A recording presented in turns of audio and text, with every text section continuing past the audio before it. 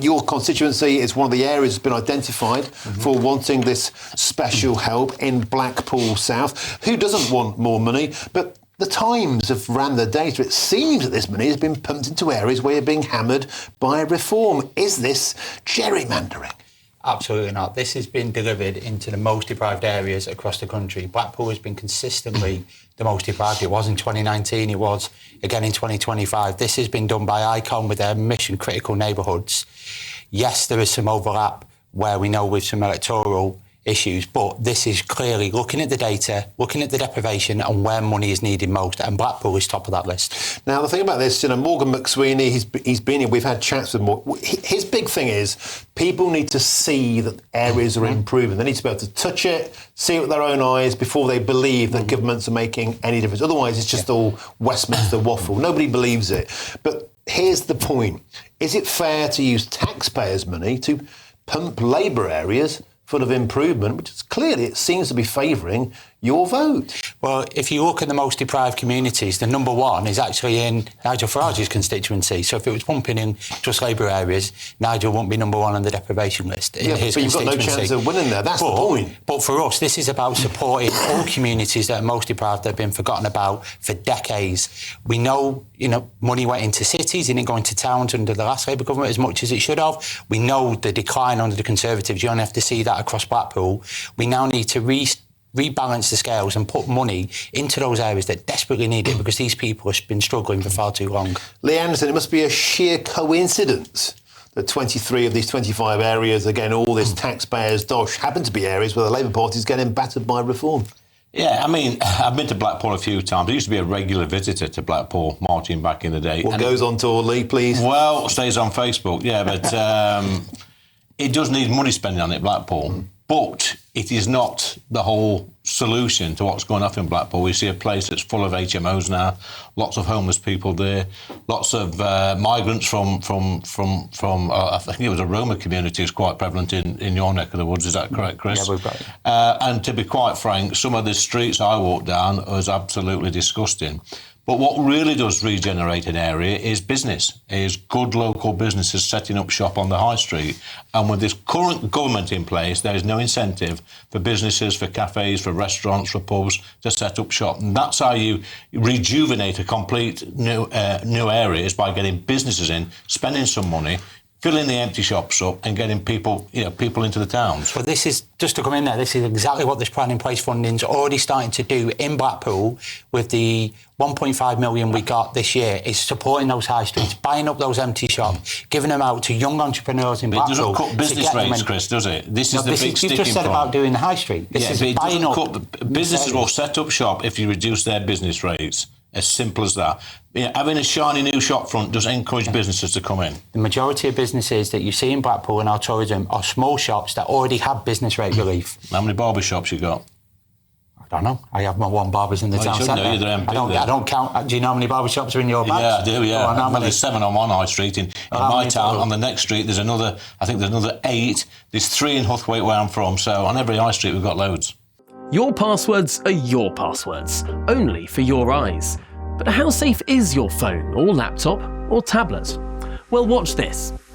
I press one button and my phone is now shielded from hackers and prying eyes. ExpressVPN is your protector. Yes, you can protect all your passwords fast across multiple devices with ExpressVPN. Premium, fast and highly secure. Get big peace of mind for a low cost. Click the link in the description or scan the QR code to get up to 75% off, plus 4 extra months free, all backed by a 30-day money-back guarantee. Protect your online life today.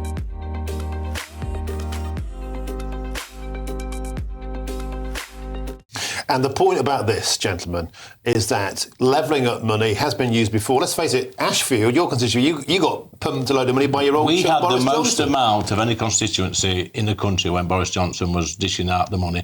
Has it made any difference? Well, they spent the money, they've got shiny new buildings. Some of the buildings, Martin, are empty. And the problem you have when you get this money, it's the local authority that decides where it's spent, and they make huge mistakes. But this is where it's different. Levelling up under Boris levelled up buildings, not people. This level up funding and the 20 million we're getting, I've got my first event this weekend, is going to be led by the community, by a community board with a community chair leading the way to make sure it's spent in the right areas.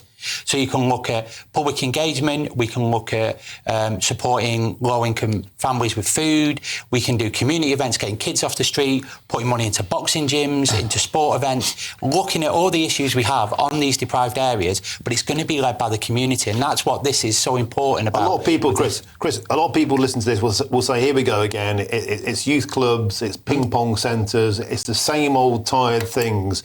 And as Leanna said, admitted, when he got the money himself from Boris Johnson, it had no real impact. Is it just history repeating itself? No, because the money we got previously was for town centres and city centres. This is based in the community. When we've already started with this engagement, they've asked for youth centres, they've asked for engagement for adults, mental health support, children with autism.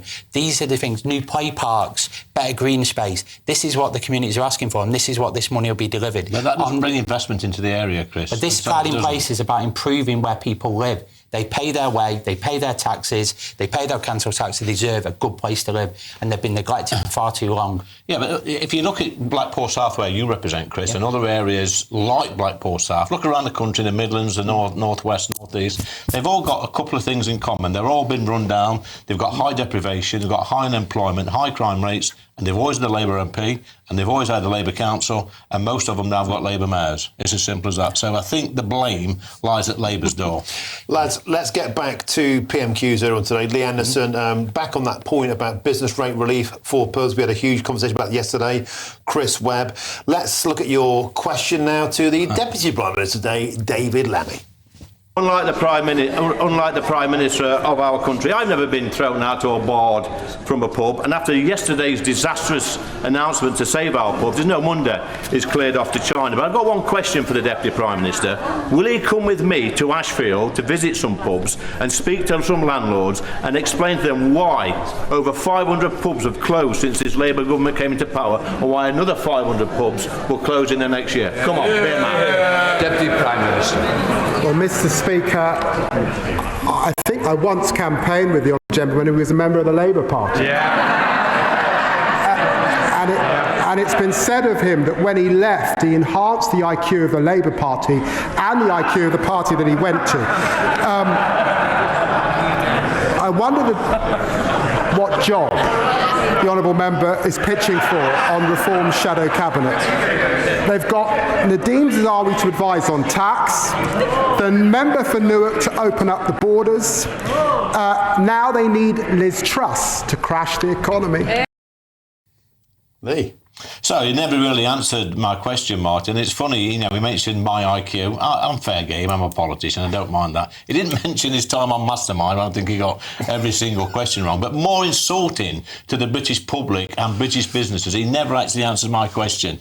Businesses are struggling on the high street, and it goes back to our previous point, Chris. If businesses are struggling, your high street's dead. It's as simple as that. Now, pubs are closing every single day. I've had 2 landlords contact me over the last 24 hours who are saying to me, this nonsense is saving them a few £100 a year, about £10 a week. It's not good enough, Martin. Chris Webb, are you hearing from boozers, from landlords in your constituency, Blackpool South, that they're grateful for these crumbs of comfort?